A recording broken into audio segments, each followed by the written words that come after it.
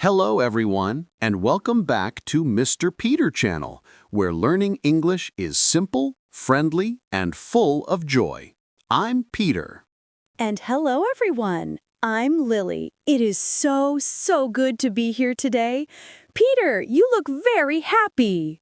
I am Lily. I had a big breakfast and I'm ready for a great conversation. How are you today? I'm wonderful, and I'm also very excited because today's topic is powerful, really powerful. Oh, a powerful topic? Now I'm curious. What is it?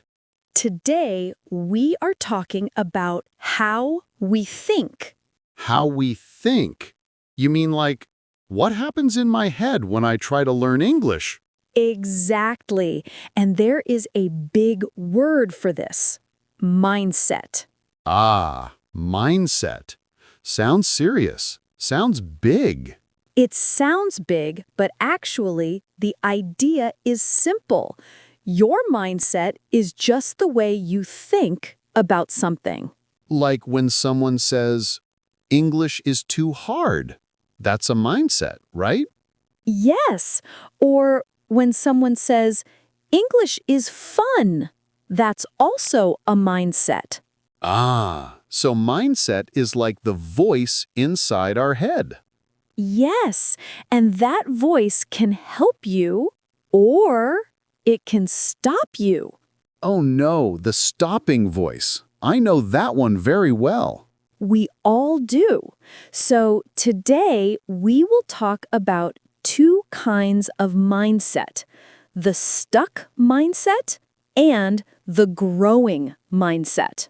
Okay, stuck mindset first. What is it? The stuck mindset is when you say things like, I'm bad at English. I will never speak well. Grammar is impossible. Ouch, that sounds painful. It is. And when you think these thoughts, you stop learning. Yes, you feel small and hopeless. Exactly. But there is a better mindset, a much better one. The growing mindset? Yes, the growing mindset says, I am learning. This is new for me, but I can try. I will understand soon.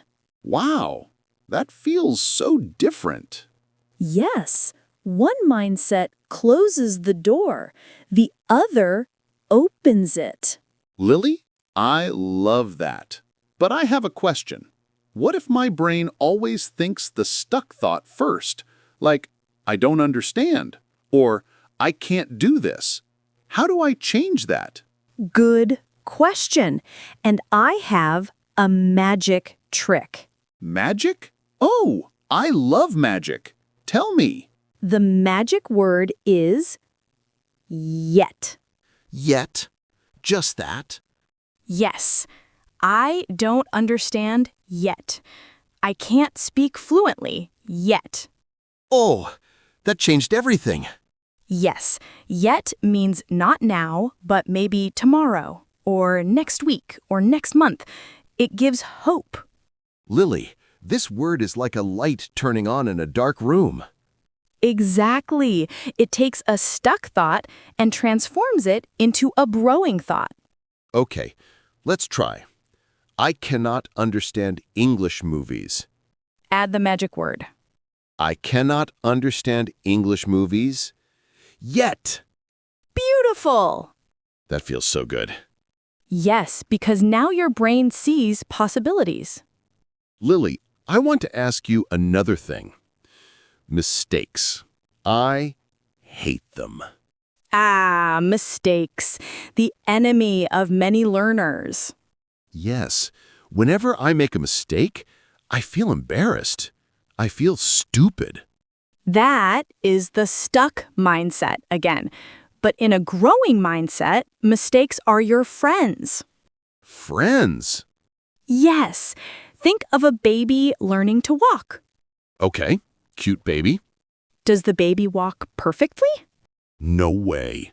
The baby stands and falls, stands and falls. Exactly. But does anyone tell the baby, you are bad at walking? No, that's crazy. Yes, we say, good job. Try again. So mistakes are part of learning. They are. Every mistake is information. Information? Yes, your brain says, oh, that word didn't work. Let me try another. Wow, that's a peaceful way to think. And a powerful one. Lily, I feel motivated already, but learning English still feels like a huge mountain. Yes, and that is why my next idea will help. Tell me. Don't look at the top of the mountain. What? But that's the goal. Yes, but when the goal is too big, you feel tired before you start. Oh, yes. Like when I say I must learn 10,000 words, my brain cries. Exactly. So instead, look at your feet. Look at your next tiny step. Example? Instead of I need to study for 5 hours, say, today I will learn 2 new words. Today I will watch 5 minutes of English. Today I will read 1 English paragraph. That feels easy. Yes, that is the point. Easy, small, possible steps. One brick at a time. Exactly. Speaking of bricks, I have a story. Yes, I love your stories. Once a man wanted to build a very long, beautiful wall. Oh, this sounds familiar. Yes, and he felt overwhelmed. I can never build this wall, he said. That is the stuck mindset again. Yes. Then his wise friend said, don't build a wall. Just lay 1 brick today. 1 perfect brick. And then another tomorrow. Yes. And after many days, the wall was complete. So we should stop trying to learn English. We should focus on laying 1 brick. Exactly. 1 tiny step each day. Lily, this is amazing.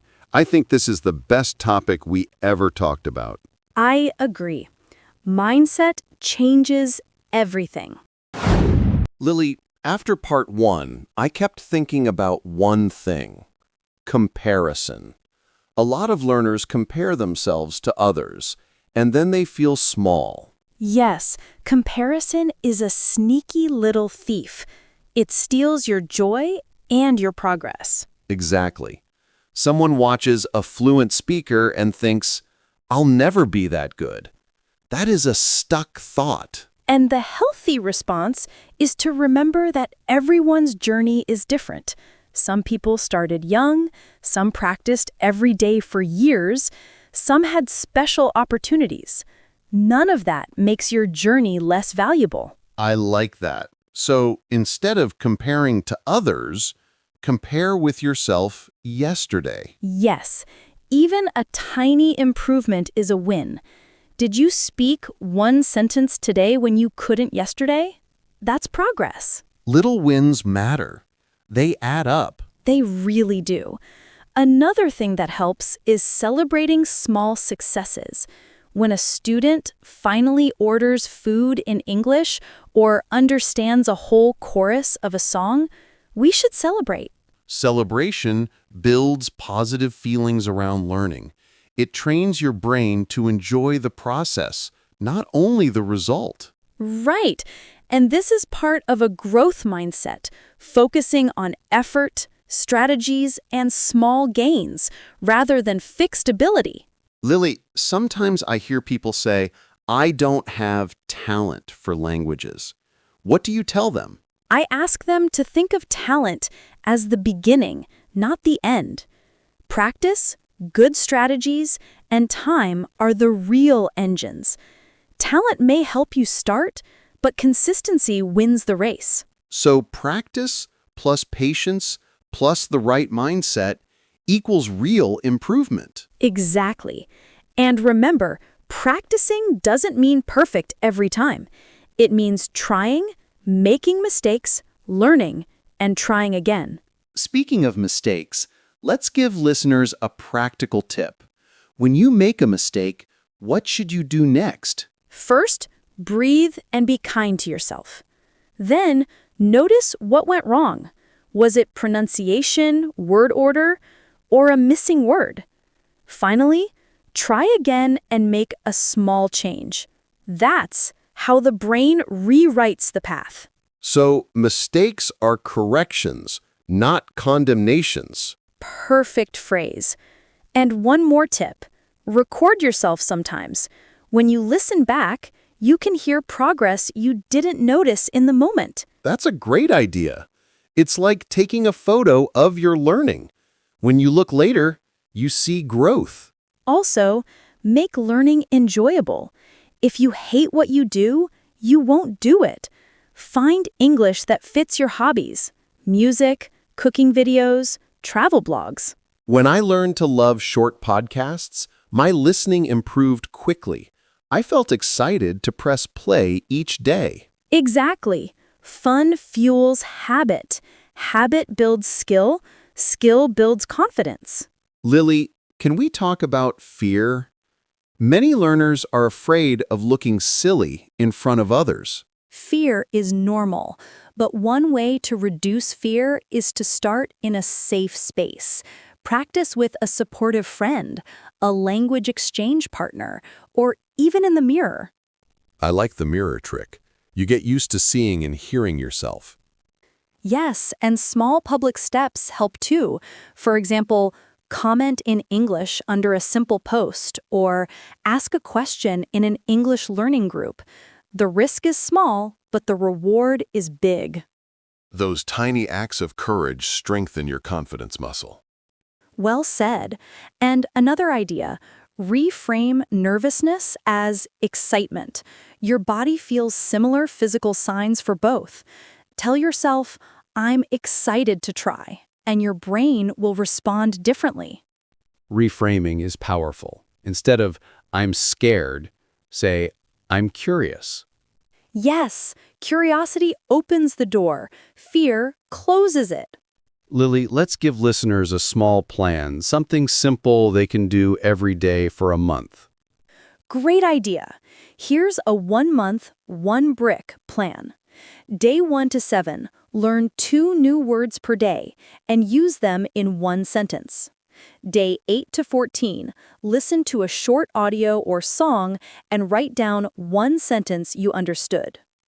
Day 15 to 21, record yourself speaking for 1 minute about your day. Day 22 to 28, find a short article or story, read 1 paragraph aloud. Day 29 to 30, write a short comment or message in English and send it to a friend or post it somewhere safe. That's perfect. Small, clear, and doable. Exactly. It's also flexible. If you need to repeat a step, that's fine. The goal is consistency, not speed. Listeners, you can adapt this plan to your level. The important part is the habit. And remember to celebrate every day you completed your brick. Treat yourself kindly. Lily, one last thought. Learning English can change how you see the world. Words open new doors, new friends, new ideas, new opportunities. Yes, language is not only grammar and vocabulary, it's connection. When you learn another language, you also learn new ways to think and feel. That is so beautiful. So mindset is not only about learning English well, it's about living more fully. Exactly.